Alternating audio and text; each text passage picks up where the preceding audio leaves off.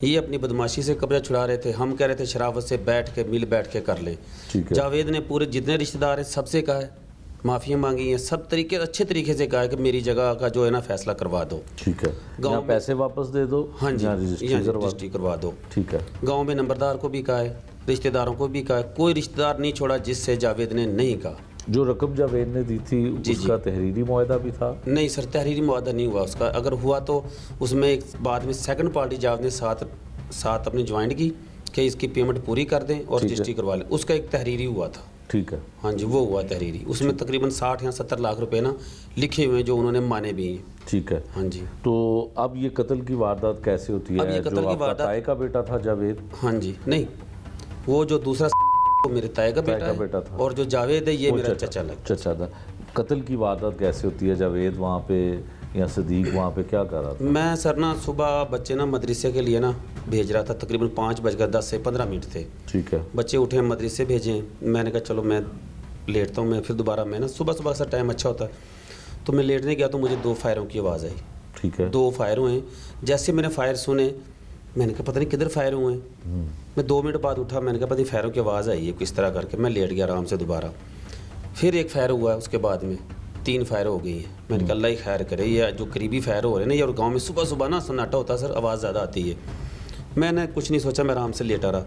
ठीक 10 से 15 मिनट बाद ना सर ये भाई आए, इसने दरवाज़ा बजाया कि मेरे भाई का ना मर्डर हो गया है, कत्ल कर दिया। मैंने कहा इसको किसने कह दिया? मैंने बाइक पकड़ी। वैसे ही मैं बाइक पे अपने बड़े ताए को साथ बिठा के वो कुएँ की तरफ भागा।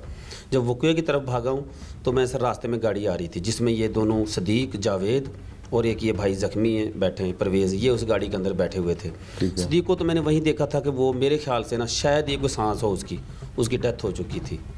जावेद था, कोई थोड़े बहुत होंगे उसको। तो मैंने कहा चलो तुम इसको ना बर्की लेके चलो, पहले थाने में भी इतला हो जाएगी। जब बर्की में ना सर वहाँ पे फ्रंट डेस्क बैठी होती है इनकी पुलिस वालों की। ये बर्की आए, बर्की में हॉस्पिटल खुला तो था लेकिन डॉक्टर कोई नहीं था। ये सीधे फिर सरवसी आ गए। जब मैं वकूए पे गया दोबारा था तो 15 पे कॉल हुई थी पहले ही, पता नहीं किसने की है किसने नहीं की है। तो वहाँ पे 2 पुलिस वाले थे। ठीक है, वहाँ से कुछ खोल बरामद हुए थे। ठीक, 2 मेरे सामने हुए, पता नहीं 2 या 4 बाद में भी हुए हैं। वल्लाह मुझे 2 मेरे सामने वो खोल उन्होंने बरामद किए हैं, वहाँ से उठाए हैं। ठीक है, और हम लोग फिर वहीं से सर ऐसे ही आए, पीछे मैं सर्विस हॉस्पिटल आ गया हूँ। ठीक है। अच्छा, अब ये बताएं कि मुल्ज़मान तो पुलिस ने पकड़ लिए? जी जी, तो पुलिस ने तो अपना काम कर लिया।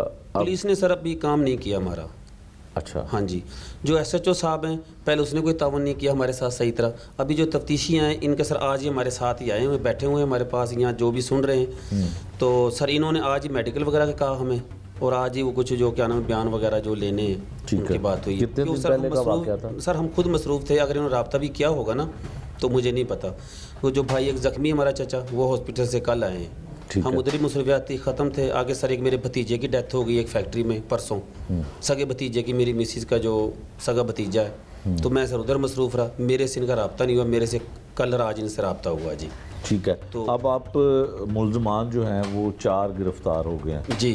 तो एक अभी ना जो वो बाहर ही है, उसकी वो नामजद मुल्ज़िम है? नामजद मुल्ज़िम है सर वो। बाकी कितने नामजद मुल्ज़िम? बाकी सर ये 5 नामजद हैं ये। ठीक है, और 3 जो हैं वो 4 पकड़े गए जो है वो भी नामजद है। जी जी, बाकी नामालूम है? जी बाकी नामालूम है। क्या चाहते हैं आपके? सर हम अपना चाहते ही हैं कि हमें इंसाफ मिल जाए। ठीक है, और उन जो बच्चे हैं सर उनका भी कोई सोचा जाए। उनके छोटे छोटे बच्चे हैं, एक के 6 बच्चे हैं, एक के 7 बच्चे हैं जावेद के, और उनको इंसाफ मिलना चाहिए। जगह भी गई उसकी सर, और पैसे भी गए और जान भी गई। अब कब्ज़ा किसका? अभी कब्ज़ा जावेद का ही उस पर, जावेद का ही। अच्छा, ये बताएं कि जब जावेद को ये सारे मामलात हो रहे थे थाने कचहरी में, थाने में बात गई, तो वहाँ पे किसी पुलिस ने या कोई स्टे वगैरह कोई? अभी सर मैं इसीलिए तो कह रहा हूँ सर, पुलिस ने हमारे साथ ताउन नहीं किया, पुलिस ने मिल के इसको मरवाया।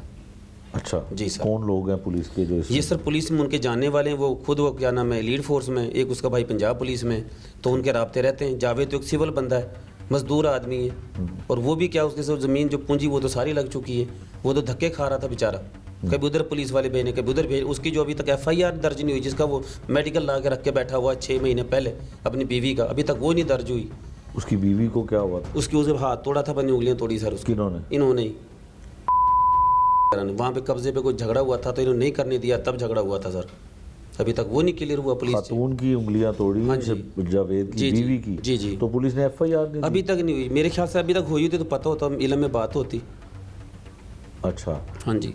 और फिर अगर का था मसला, सिविल कोर्ट थे, किसी कोर्ट में देता ना एप्लीकेशन, अभी मेरे पास कब्जा नहीं है, कोई मसले तो हल होता ना उसका।